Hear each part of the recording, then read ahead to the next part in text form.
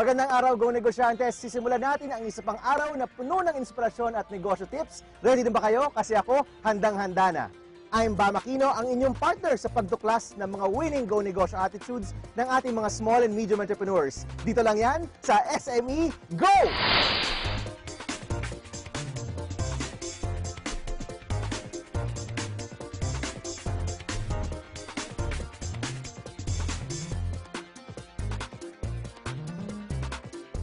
Let's go!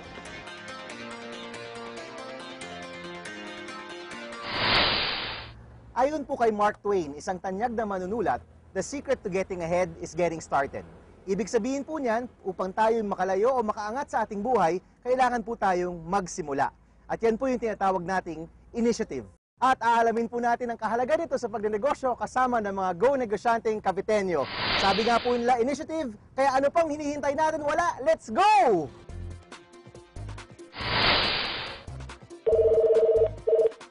Hello? Good morning, Bam. Good morning.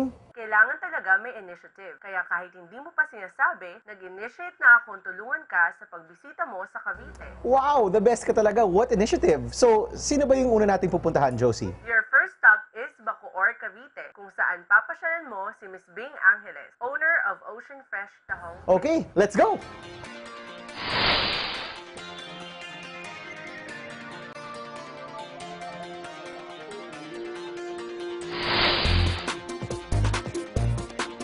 Morning po! Morning, sir. Hello! Hi, good Hello. morning.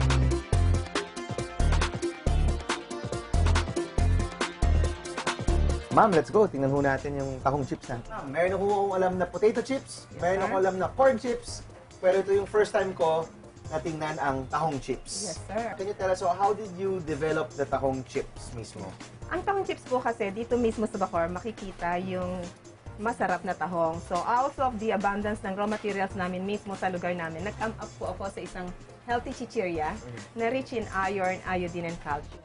Na Okay. tiyak na kailangan ng katawan natin. Okay, and then ito mismo yung tahong na galing sa Bacoor. Yes, sir. So lahat almost all of our ingredients are really coming from this area. Yes, sir. Isang empleyado ng bangko noon si Ate Bing, pero may pangarap siyang mas makaangat sa buhay, kaya't nag-decide siyang magnegosyo ng tahong chips. She took the initiative of studying baking at nag-develop ng sariling recipe. Kung wala siyang initiative at di nagsimula way back in 2005, malamang wala ang napakasarap na Ocean Fresh tahong chips ngayon. Buti na lang. Kayo po ay bank employee noon. Yes. Nung kayo po ba'y nasa bangko, iniisip niyo na yung tahong No. araw at gabi? Hindi naman. No. Diba? How did that transition happen po? From a bank to being an entrepreneur of tahong chips? Ang local government po natin nag-provide ng isang vocational course, yung food trade. So, nag-enroll po ako ng food making, food trade. Ini-exhibit ko po yung mga products. Nakita ko po na meron pong potential sa food industry, lalo na po kung ano po yung abundance ng raw materials sa mismong lugar. Tingnan ho natin yung proseso. So, of course, kailangan ho yung tahong. Meron po ba tayong specification sa mga tahong bago po siya maging tahong chips o kahit anong tahong pwede po natin kunin? Dapat po fresh tahong. Fresh na fresh. Yes. So, araw-araw ho kayo kumukuha? Lagi dapat from the ocean, kinakailangan fresh siya. Hindi siya dapat yung kinabukasan or kinakailangan na ma-frozen. Kinakailangan galing talaga mismo sa dagat, i-process agad. Okay, galing mo sa dagat. Ano po yung next step po natin dyan? So, i-chop-chop po yan, ano? Yes, sir. So, that Inimix will siya. be chop-chop and mixed. Ito naman ho yung sikreto nating mga spices. Yes, sir. Itong spices po natin, secret po ba yan? O pwede nyo hong i-share? O sikreto po yan? Nandyan po. Yung halo po siguro, Yes, no? sir. It's really a dough, no? Parang dough ho talaga siya. In fact, parang talaga siyang tahong bread, no? At this point, yeah. no? Okay, so from here, lalagyan ho ng konti pang arena ito, no? Yes, sir. And then, i-flat po siya. Paklate na siya. Ako po yung makikilahok sa paggawa ng tahong chips. Nagugas na po ko ng kamay. Don't forget, ito ang tinatawag na proseso ng flattening. At mula dun sa tahong dough, na para ho talaga siyang tinapay, as you can see, pina-flatten po siya. Si ma'am naman nilalagyan ng harina at si madam naman dito ay nagpuputol para po diretso na siya sa frying process.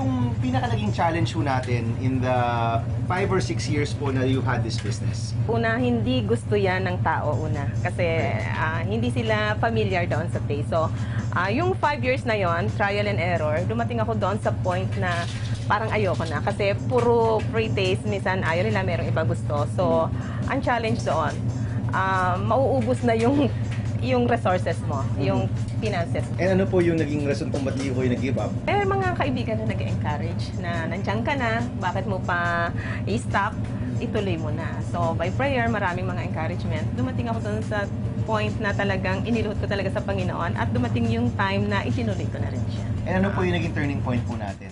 Nagtiyaga ako, nag-join ako ng maraming exhibits at doon nakita siya na maraming nakakilala at may mga umorders na.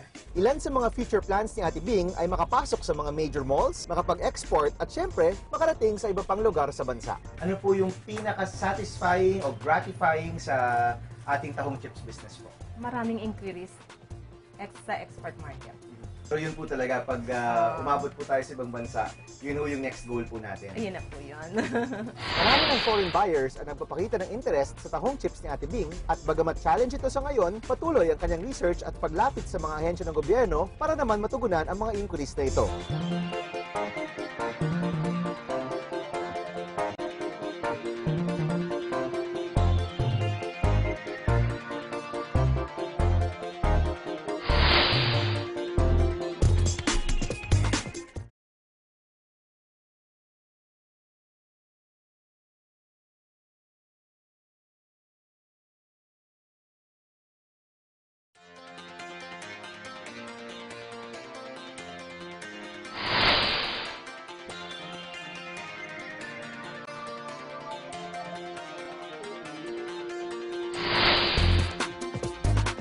Hi, Ma'am!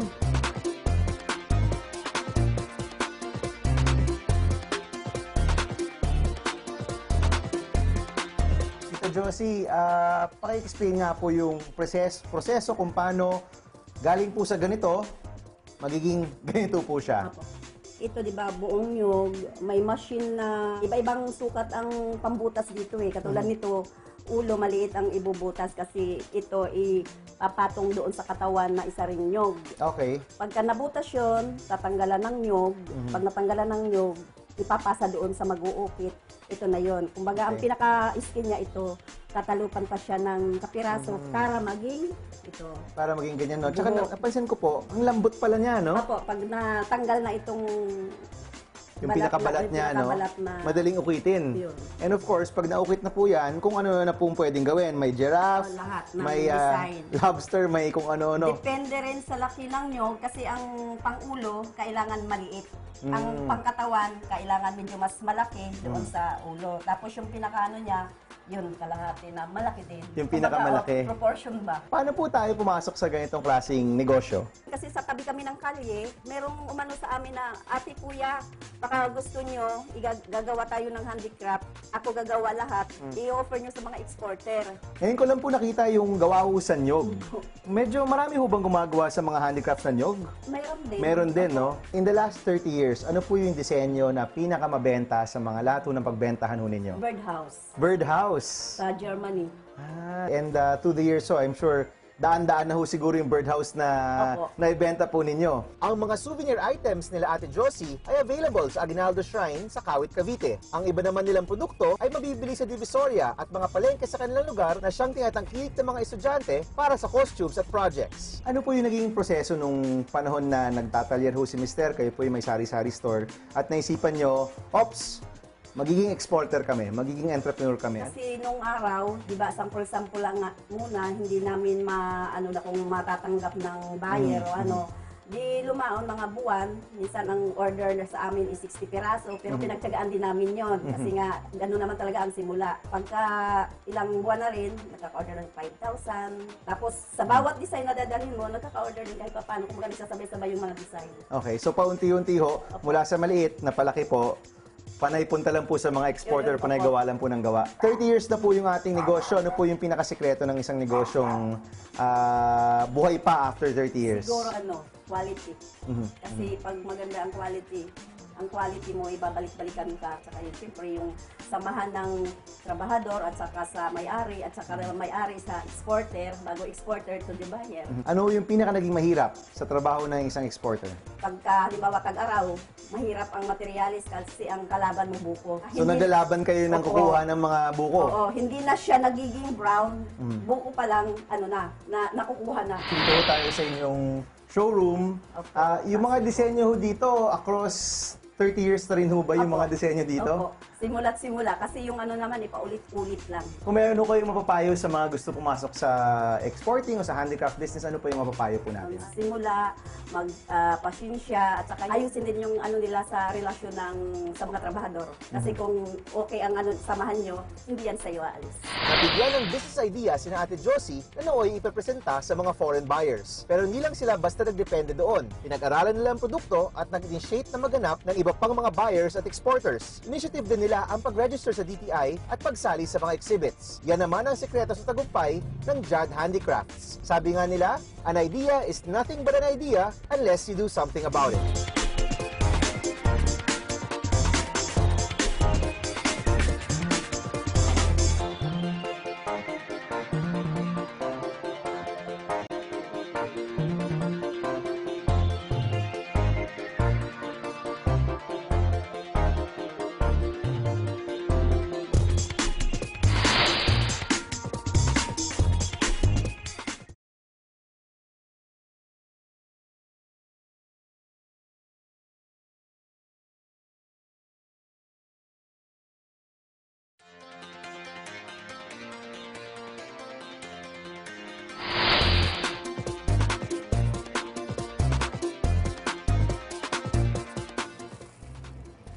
Hello, Josie. Nandito ako sa Mount Sea Resort. And alam mo, dito sa gift shop nila, ang ganda ng mga crochet. Pwede mo bang hanapin kung nasaan at sino yung gumagawa ng EMS crochet? Okay, Bam. Let me just check.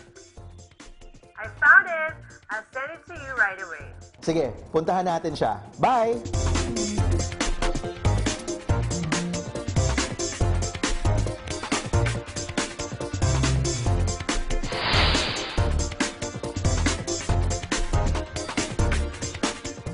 Hello, ma'am. Magandang hapon po, Tita Esther. Good afternoon, ho. Ganda ho ng mga gawa ho nyo dito.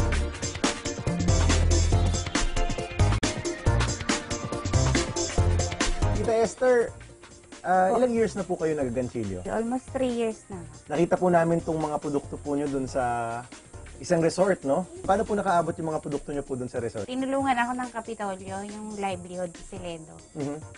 dun sa aming government office. Ano, sila ho yung lumapit? Kayo po yung lumapit? Sila po ang lumapit sa isang resort. Tapos, nung nakausap ko yung pinakang manager ng Mount Sea, kaagad inapruban siya.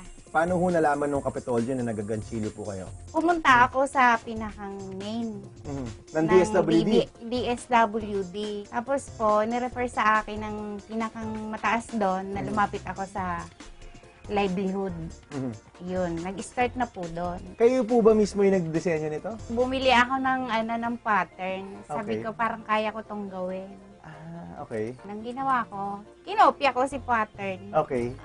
Nang lumabas, maganda. Kaya tinuloy-tuloy ko na.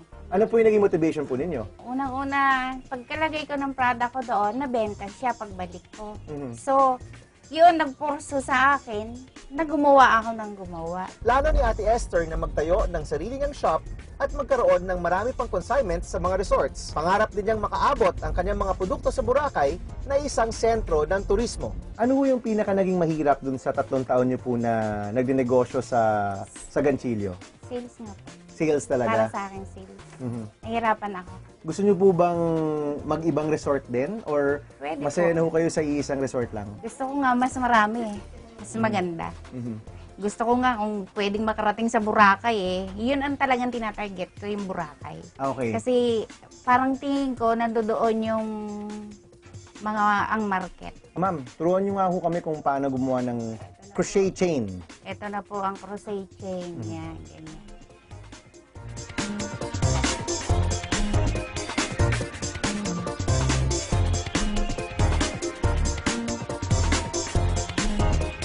Yan, ikot na po natin para makagawa tayo ng...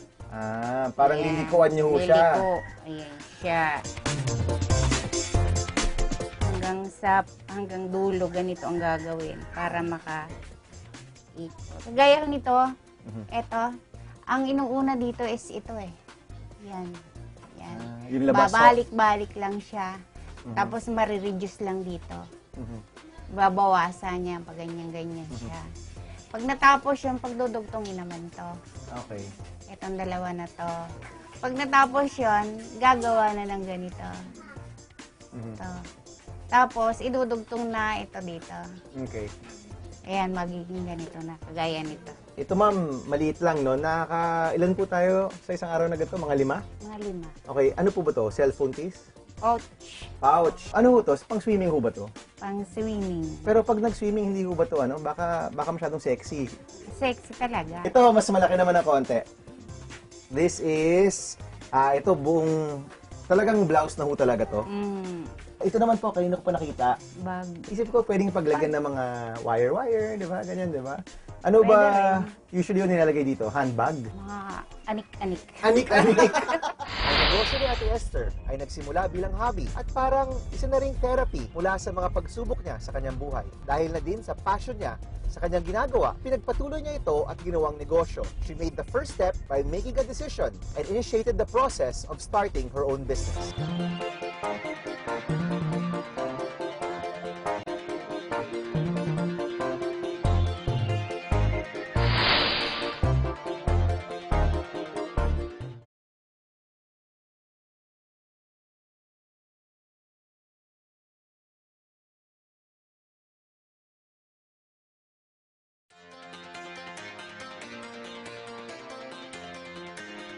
Be updated sa mga recent Go Negosyo events. Panoorin po natin ito.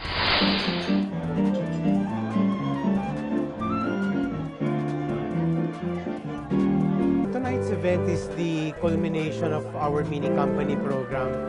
So the mini company program is where we get college students to go through a entrepreneurship program, which basically involves setting up a company, starting it from scratch, developing a product, selling it to the market, and then eventually to dissolve the company. I think before organizations like Go Negosyo came in, we were very much a traditional type of business for, well, training for students, no? So you go through schools, you're taught theories and all of that, no? But nothing of the practical sort, no? So with ventures like Go Negosyo and Japi, then we're able to start students, well, the youth, no, much earlier, so that they gain more experience, so that when they get into the real world, they're ready to jump in and, you know, start their businesses. To all the aspiring entrepreneurs out there, we of course encourage you to go and get it, no? To find your dreams. There are alternative careers to just being employees of companies, no? You can actually start your own business and make a real go at it and become really successful.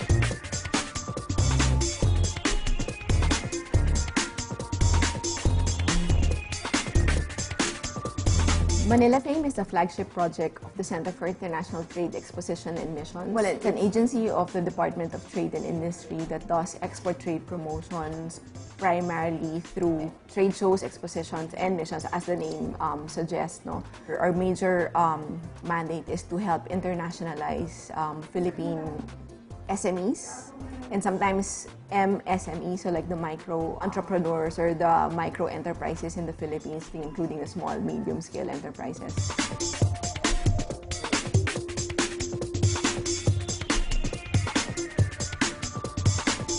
No one would know it would come from the Philippines, and so I changed all that by insisting that people label it as really made in the Philippines and really proud that it comes from our country. That was the biggest struggle, to go against that. I think that what's lacking now is the right marketing strategy. You can have a lot of talent and no marketing, and you won't get anywhere, right? You can also have no talent and good marketing, and you'll probably go further, okay? Which shows you how the negosyo aspect is very important. And I think I appreciate what Go Negosyo is doing, because it's really the promotion of businesses, understanding, and that's what designers need. To all the young designers, I say this, that you have to work really hard, whether you're a student or you're a professional, to really practice your craft, because you can be good at anything with practice, whether it's finding inspiration or transforming an abstract idea into something concrete. It takes practice. Be really good at it, find something unique, and conquer the world.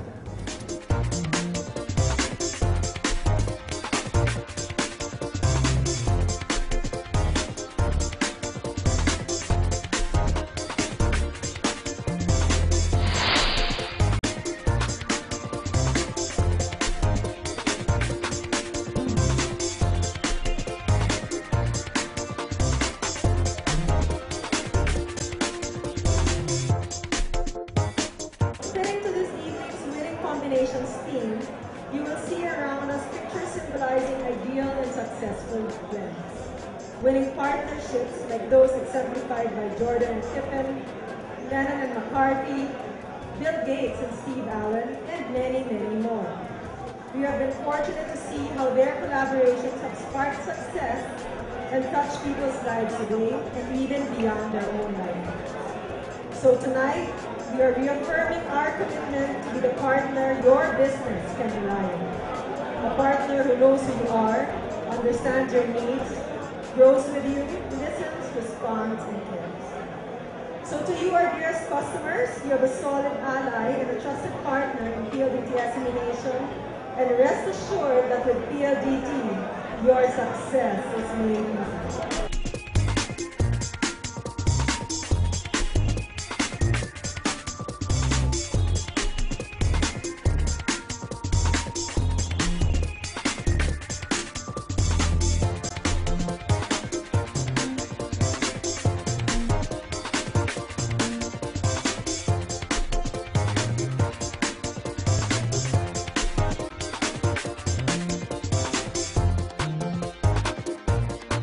Mga Kago Negosyo, tapos na po ang ating show. Pero wag po kayong mag-alala dahil next week magsasama po muli tayo upang tuklasin ang isa pang winning attitude sa pagnenegosyo. Ako po si Bam Aquino at ito ang SME Go! Huwag kalimutang bumili ng Go Negosyo Books, lalo na ang pinakabagong 50 Inspiring Stories of Young Entrepreneurs. Available po yan sa lahat ng leading bookstore nationwide at mahahanap ninyo po dyan ang kwento namin ng aking business partner. Need advice on how to start and run your business? Or just a text and click away. Text Go Nego to 2910 for Globe and Smart. Like us on Facebook, facebook.com/GoNegosyoOfficial. Huwag din pong kalimutan tumutok sa Go Negosyo sa radyo every Friday 2 to 3 p.m. sa DZRH para sa Metro Manila at radyo natin para naman sa mga provincial areas. At mula sa Go Negosyo, maraming salamat sa ating mga annual partners. PLDT, Assimilation, Smart Communications, Meralco, RFM Corporation, BPI Family Kanegosyo, Avon Cosmetics, Multiply.com, The Orchard Property Marketing Corporation, Isuzu Philippines Corporation, LBC Express Incorporated, Value Line Systems and Solutions Corporation. Kung interesado kayo sa social enterprise, bumisita lang sa website ng Happynoy Program, www.happynoy.com.